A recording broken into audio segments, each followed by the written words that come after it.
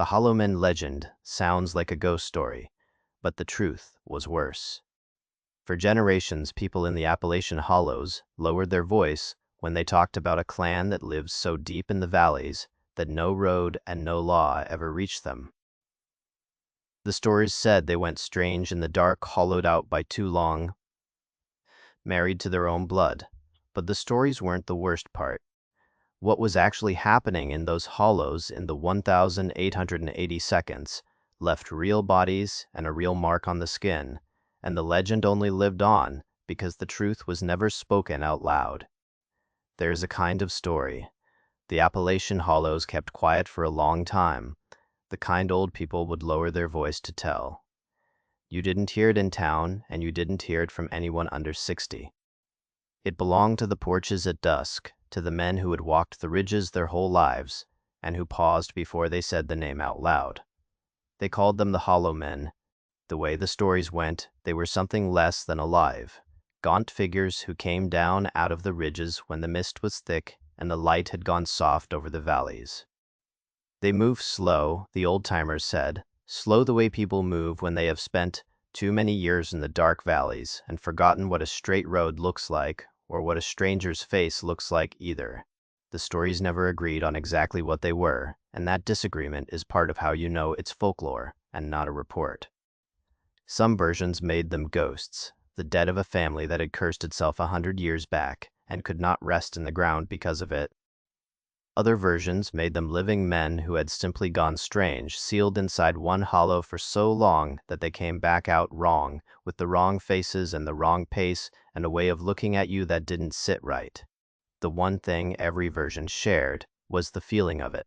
You didn't want to meet them on a trail after the sun dropped behind the peaks, and you didn't want to be the one who saw them first and had to decide whether to tell.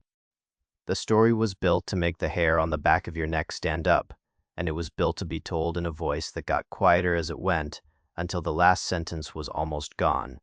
What the legend really described, underneath the mist, was a clan, a family or a few families tangled together by blood, living so deep in a single hollow that the outside world barely knew they were there. The stories said they didn't trust strangers, and they had a code no outsider could read, and they had been marrying their own for so long that something had started to show in the faces and the skin. That is the legend the way the hollows told it, and it has the shape of a folk tale meant to keep children off the far trails and travelers off the creeks that led nowhere. But a story like that doesn't come from nowhere. Folklore grows out of something, and the something is usually a fact. The people around it would rather not say plain, so they dress it in a ghost and let the ghost carry the weight. The hollows gave this story a ghost, because a ghost is easier to live with than the truth, and a ghost can be told around a fire without anyone having to name a name. The question is what the truth actually was, and the answer is buried in the same mountains that kept the legend alive for as long as they did. Pull the legend back, and the ground underneath it is real. A hollow, or a holler, as the people who lived there called it, is a small sheltered valley with high walls and a stream cutting through the bottom, a crevice of a place suited to a little subsistence farming and not much else. It's the kind of valley you reach on foot or on horseback, and once you're inside it, the walls close up behind you, and the rest of the world gets quiet in a hurry. That was the ground the hollowmen legend grew out of, and in the 1,880 seconds, it was a different country from the one the cities were building down in the lowlands. While the rest of America laid rail lines and raised factories and wired itself for the new century, the southern Appalachians of eastern Kentucky, eastern Tennessee, southwestern Virginia, and West Virginia stayed a world apart, and they stayed that way because the ground would not let them be anything else. There were no paved roads cutting through the hillsides. The trails were narrow and damp, shrouded in a mist that rose from the valleys like cold smoke, and the people scattered through those valleys depended on each other in ways we can hardly picture now. The isolation was real, but it wasn't the whole story, and the people who wrote about Appalachia in those years made it sound more sealed off than it was. The local color writers of the 19th century portrayed the mountains as a remote and forgotten place, a country inside a country where the laws of the city rarely reached, and later scholars leaned on that same image until it hardened into a myth that covered the whole region. The truth is narrower than the myth, and it's also more useful for understanding what actually happened. Mountain people weren't completely cut off, and the region was never the sealed country the books sold to the cities. There was trade and travel and contact with the lowlands, and the people in the hollows weren't the lost tribe the writers wanted them to be. But in the deepest hollows, the ones with one or two families, to a valley and a creek for a road, the isolation was absolute, and it was the kind that shapes everything downstream of it, the marriages and the grudges and the blood and the silence, all at once. That's the part that matters here, and it's the part the legend was reaching for, even when it got the details wrong. A hollow held one family or a few linked by blood and marriage, and it governed itself by unwritten codes, because the county seat was days away, and the law was a rumor that rarely climbed the ridges. There were no telephones and no paved roads, and only the forest and the cold and the neighbors, sometimes more than an hour's walk down a trail that turned to mud in the rain and to ice in the winter. When something happened in a place like that, the only people who knew were the people inside the hollow, and they had their own reasons for keeping it there. Birth, a death, a debt, a killing, all of it stayed inside the walls of the valley, unless someone walked it out, and walking it out meant telling the lowlands, and telling the lowlands was something the hollows had learned across generations rarely ended well. The same isolation that made a good ghost story also made a closed world, and a closed world does certain things to the people inside it that an open world doesn't. This is where the legend and the history start to touch, and it's where the story stops being about atmosphere and starts being about consequence. The hollows that kept the hollowmen story were the same hollows that kept everything else, the marriages and the grudges and the debts that never got written down because there was no one to write them for. The legend said the clan went strange in the dark. The next question is what the dark actually did to them, and the first answer is in the blood.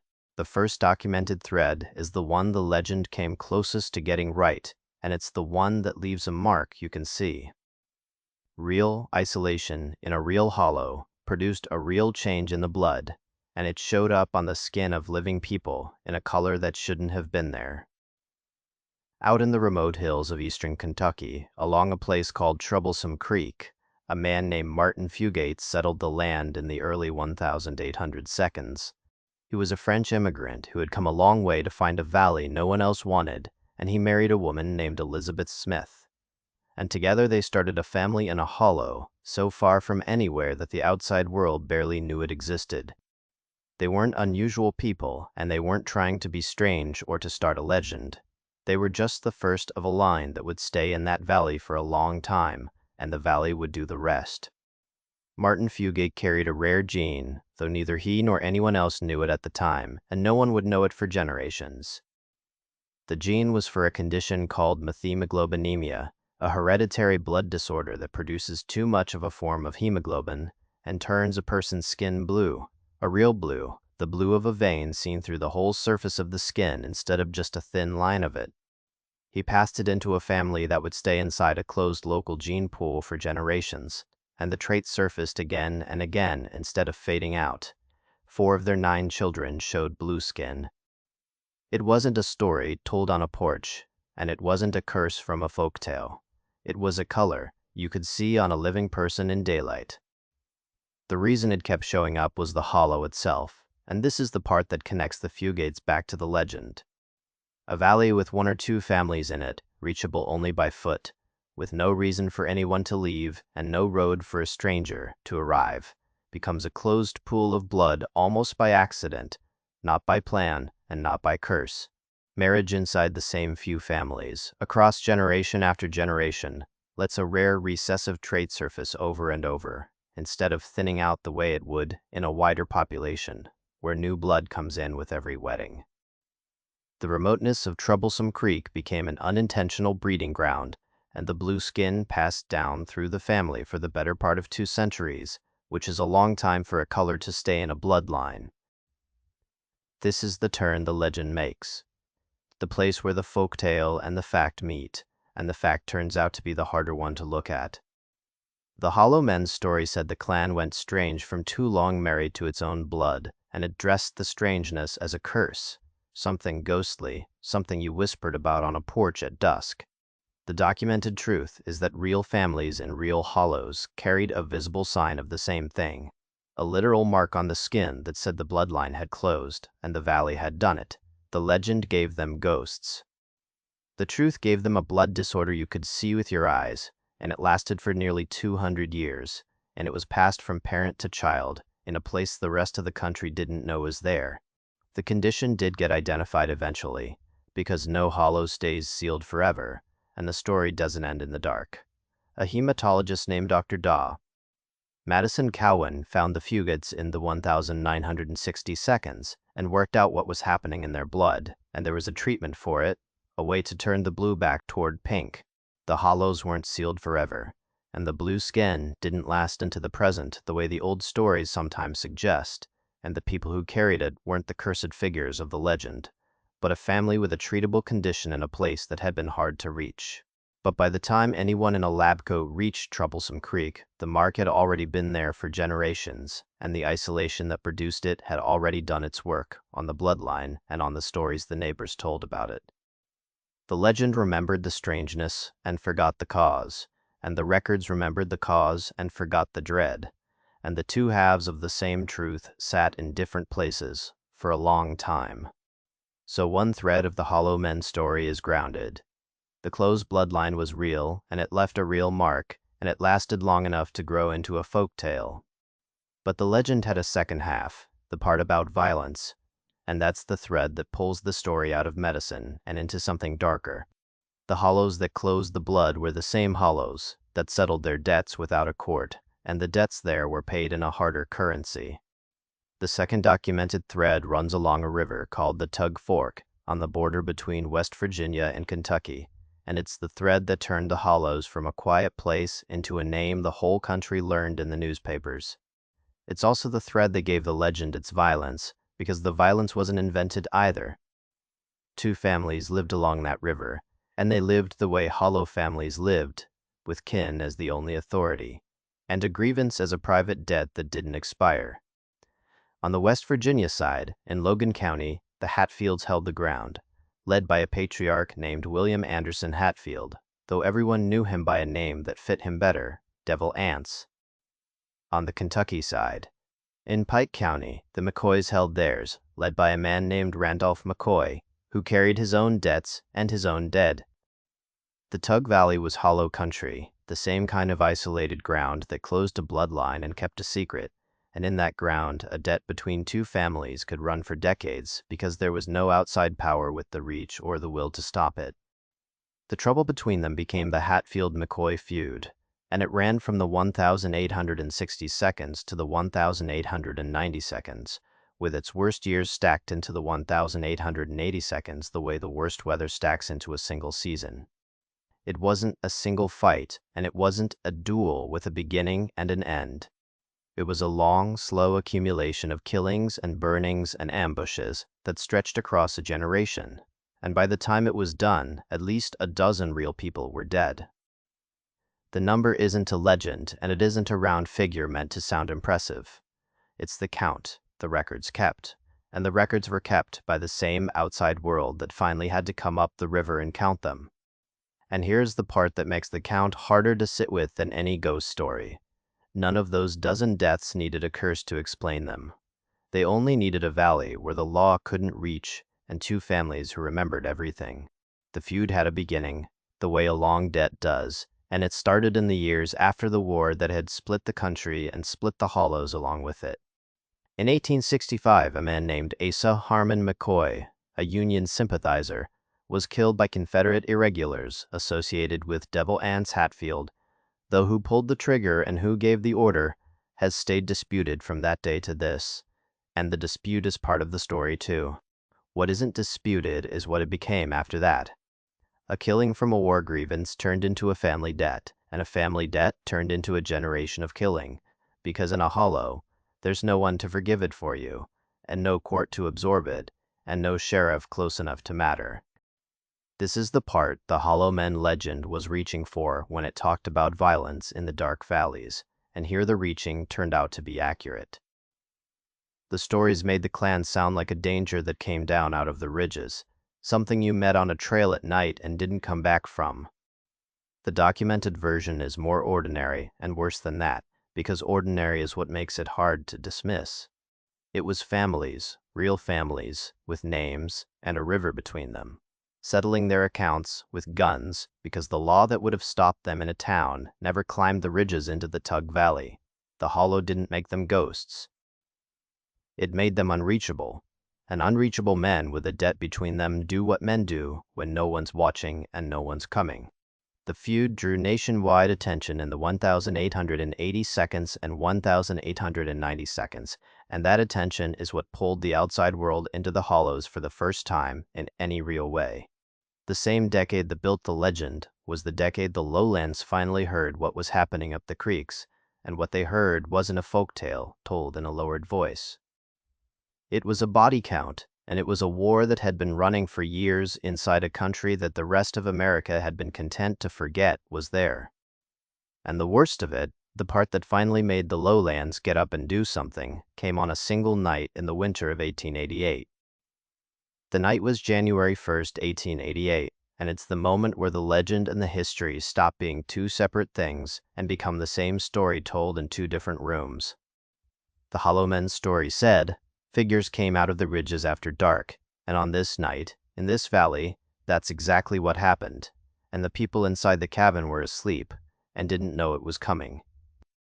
A group of the Hatfields, led among others by a man named Cap Hatfield, came down out of the dark to the McCoy cabin in the hours after midnight.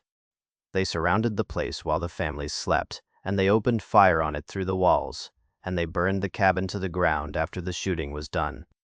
2 of Randolph McCoy's family were killed in the attack, and Randolph himself got out alive into the winter night. And the night went into the records as the New Year's Night Massacre. It was the worst single atrocity in the long feud, and it had a date, and it had dead, and it had a cabin that was still smoking. When the sun came up over the ridges, and the rest of the valley saw what was left. Picture the scene the way the hollows would have told it, because this is where the legend got its shape and its color. A winter night in a valley with high walls, a cabin lit from the inside by a fire that was going down to coals, the kind of quiet that only exists in the mountains before something breaks it in two. With a silence before the guns, and then the fire after, and then the quiet. Again heavier than before, the kind of quiet that has a memory in it. The people who lived in the next hollow over would have heard it, or heard nothing and learned about it at first light, from a neighbor walking fast down the creek, and they would have known not to walk down to see what was left. This is the turn where the folk tale stops being a folk tale, and it's the turn the whole script has been building toward. The legend said, the hollows sent something down out of the ridges in the dark, and the documented truth is that real men really did come down out of the dark to a real cabin on a real night, and the people inside didn't all survive it. The legend dressed the act as a haunting, a thing of mist and dread and figures that might not be real. The court records dressed it as murder, a thing of names and a date and a burned cabin and a body count. Same night, same valley, same dead. The only difference is that one version had ghosts and the other had names, and the names are the part that makes it worse, because a ghost can be explained away and a real killer on a winter night can't be. The consequence of that night reached past the valley and past the feud itself. The atrocity was what finally pulled the outside authorities into the hollows, the same national attention that ended the feud's worst years and brought the law of the creeks for the first time in any real force. The men who came to serve warrants were the first real reach of the lowland law into the Tug Valley, and they came because the killing had gone too far to ignore, even for a country that had been happy to ignore the hollows for a long time. The New Year's Night Massacre is the moment the hollows stopped being a place the world could leave alone, and it's also the moment the legend of the hollows started to travel out of the mountains and into the country that was listening and reading and ready to believe the worst. So now, both threads are grounded and the legend has been pulled apart from the fact and put back together again. The closed bloodline was real, and it left a mark on the skin that lasted for generations. The violence was real, and it left bodies in a burned cabin on the first night of 1888. The legend inherited both, the way a river inherits the rain from two different hills. The next question is how a documented history turns into a ghost story, and the answer is that the same decade that produced the killings also produced the audience for them, an audience that wanted the Hollows to be exactly as bad as the stories said. Step back from the cabin and the creek for a moment, because the way the legend grew is part of the story too, and this is the part that explains why the gentle version is the one that survived. The 1,880 seconds were the peak decade of the documented violence, and they were also the peak decade of something else, the moment the national press discovered the Hollows and decided what they were for and who the people in them were. The reporters came up the rivers for the feud. They stayed for the stereotype, because the stereotype paid better than the facts, and it was easier to write. What they sent back to the cities was a picture of the mountain people as backward and violent and inbred and drunk, a degenerate race tucked into the hills where the railroads didn't run and the schools didn't reach. The feud gave them the bodies, and the Hollows gave them the atmosphere, and the two together gave the country a story it couldn't stop reading at the breakfast table. The hillbilly was born in those dispatches, a figure made up of real details stretched until they covered a whole people and a whole region and a whole way of life. The stereotype was more than a description, and that's the part worth slowing down on, because it changes what the legend is. It was a tool. Coal operators, federal agencies, and the national press leaned on the image of the degenerate mountaineer to justify reaching into the region and taking control of it and its resources.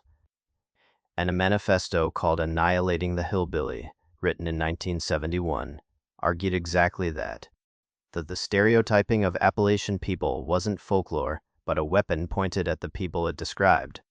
The legend of the Hollows and the legend of the hillbilly grew out of the same soil, and both of them served someone outside the mountains more than they served the people in them. And that's worth holding on to when the ghost story starts to feel like harmless fun. Now trace the path from fact to legend, because this is the mechanism the whole script turns on, and the reason the title is true.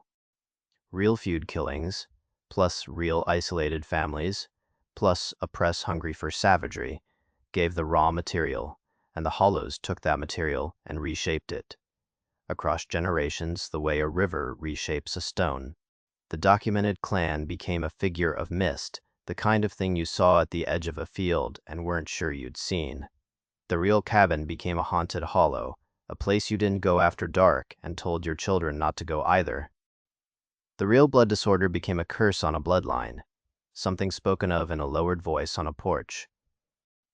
The legend kept the dread and dropped the paperwork, and over enough years the fact and the folk tale came apart, and the folk tale was the one that survived, because it was the one that could be told without a name, and without a date, and without making anyone accountable for it.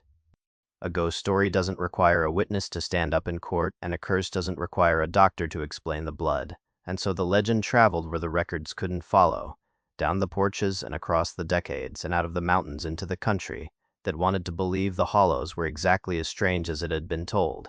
This is the through-line point, and it's the reason the title of this story is more than a hook. The legend didn't invent the horror, it inherited it. The way a child inherits a face from a parent it never met. The fiction was built out of the fact, and the fact was worse, because the fact had dates and names, and a body count and a color on the skin that a doctor could measure. The ghost story is the gentle version of what happened in the Hollows, the version that lets you sleep, because a ghost can be dismissed and a man with a gun on a winter night can't be, and a curse can be laughed off and a blood disorder that lasts 2 centuries can't be either. So the legend grew from the fact, and the fact was real, and the growth is its own kind of story. But the legend also stretched the fact, and it stretched it in a particular direction, the direction of the inbreeding story, and that's the thread that needs to be sorted out next, and sorted out honestly. Because the stereotype said every hollow was the same, and the record said something narrower, and the difference between the two is the difference between a fact and a lie, and the people who lived in the hollows are the ones who paid for the lie. What The inbreeding thread is the one where the legend and the lie got tangled together, and it's the one that needs the most honesty, because it's the one that did the most damage to the people it described. The stereotype said every hollow was inbred and every mountain family was degenerate, and it said it loud enough and long enough that it became a national joke. The kind of thing a comedian could get a laugh with just by naming a state and pausing for the audience to fill in the rest.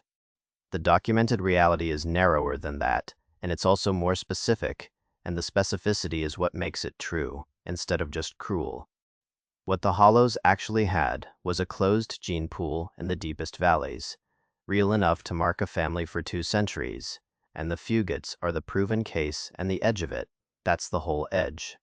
The blue skin was real, and the isolation that produced it was real, and the long marriage inside a closed bloodline was real, and the doctor who finally measured it was real.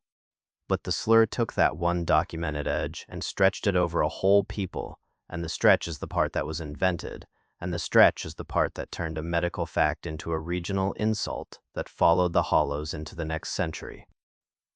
The legend took the Fugit's blue skin and the feud's blood and fused them into a single impossible clan, one family that was both cursed and violent and strange all at once, and no such single family exists in the records. This is the moment to notice what the fusion actually did.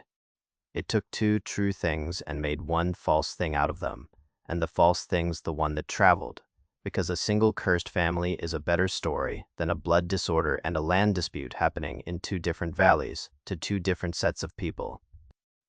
The records have 2 separate stories, one about a blood disorder in a hollow along Troublesome Creek, and one about a feud along the Tug Fork. And the 2 stories happened in the same part of the country in the same general era, and that's enough for a folktale to weld them together, but it isn't enough for a fact to support it. The fused clan is the invention, and the invention's what traveled. The historians help here even when they complicate the story and make it less clean.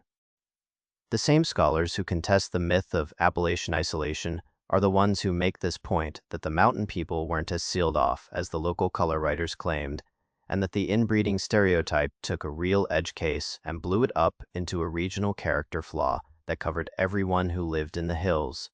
The hollows were isolated, but the entire region wasn't, and the difference between a few closed valleys and a whole sealed people is the difference between a fact and a slur, and the people who lived in the open parts of the region paid the slur right alongside the people who lived in the closed ones. So here is the affirmative version, said Plain, because the negative version is the one that got all the press.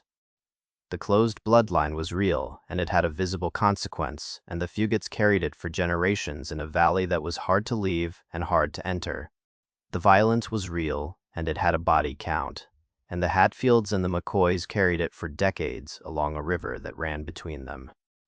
Those are 2 separate documented stories, and both of them are worse than the legend, because both of them actually happened to real people with real names who aren't around to correct the version the country decided to keep. The legend fused them into one impossible clan, because a single cursed family is easier to tell around a fire than 2 separate histories, one about blood and one about guns, and easier to remember and easier to fear. The truth was never one family, it was the hollow itself, the place that made both stories possible, the closed valley that closed a bloodline, and the unreachable valley that let a debt run for a generation. That is the sorting out, and it leaves one question hanging over the whole thing. The truth was right there in the records, and the legend was the stretched version, yet the hollows never corrected it. The people who knew what really happened let the ghost story stand for as long as it did, and the reason is the last thread, the one that ties the whole thing together and explains why the silence was never empty. The silence wasn't an accident, and it wasn't ignorance, and it wasn't the silence of people who didn't know their own history. The hollows kept the legend because the legend served them, and they kept the truth because the truth was theirs, and the 2 together made a kind of armor against an outside world that had already shown what it did with the stories it was handed. A hollow ran on unwritten codes, and the first code was that family was the only authority that counted and the only court that mattered. A grievance was a private debt settled between the people who owed it, and talking about it to a stranger was a betrayal. The ridges remembered long after the people who did the talking were gone. The same isolation that closed the bloodline and fed the feud also built a culture that didn't explain itself to the lowlands, not because it had nothing to say, but because explaining was a kind of giving away, and the hollows didn't give things away to people who had already shown what they would do with them. The legend was useful in both directions, and that's why it lasted as long as it did and traveled as far as it did. To the outside world, the hollowmen's story was a warning to stay out, a keep off the far trails, sign written in mist and dread, and the memory of a burned cabin. To the hollows, it was a way to keep the worst of what had happened at a distance, dressed as ghosts, so no one had to say out loud what the men had actually done on a winter night in 1888, and what the bloodline had actually done to the skin. The silence preserved the legend and the horror at the same time, because a ghost story is a way to remember a murder without calling it a murder, and a curse is a way to remember a blood disorder without calling it a blood disorder, and both of them let the hollows hold on to the truth without handing it to the lowlands to stretch into a slur. There's also a harder reason the silence held, and it's the one the lowlands never sat with. The hollows had seen what the outside world did with a true story once it got one, and they had seen it in the newspapers that came up the river for the feud. The press took a real feud and a real body count and turned it into a cartoon of a degenerate people, and the cartoon stuck to everyone who lived in the hills, whether they had anything to do with the tug fork or not. Given that, the silence wasn't stubbornness. It was a calculation made by people who had learned that the truth, once it left the valley, came back as a stereotype, and that a legend kept inside the hollows at least stayed under their control. So the hollows didn't need ghosts, and they never did. They had each other, and they had the mist, and they had a code that said some things aren't for outsiders, and some debts aren't for the courts, and some histories aren't for the newspapers. The hollowmen legend is what happens when a real history of real violence and real isolation is never told straight, and it comes back as folklore, scarier than the truth, only because the truth was never spoken, and the silence let the story grow into whatever shape the dark gave it. The legend is the echo, the silence is the original sound, and the silence is the part that was chosen. The hollowmen were never really hollow. They were full of a history the hollows wouldn't name, so the mountains named it for them. The stories were the gentle version. Subscribe if you want. The stories the mountains tried to keep, and share this with someone who thinks folklore is always just folklore.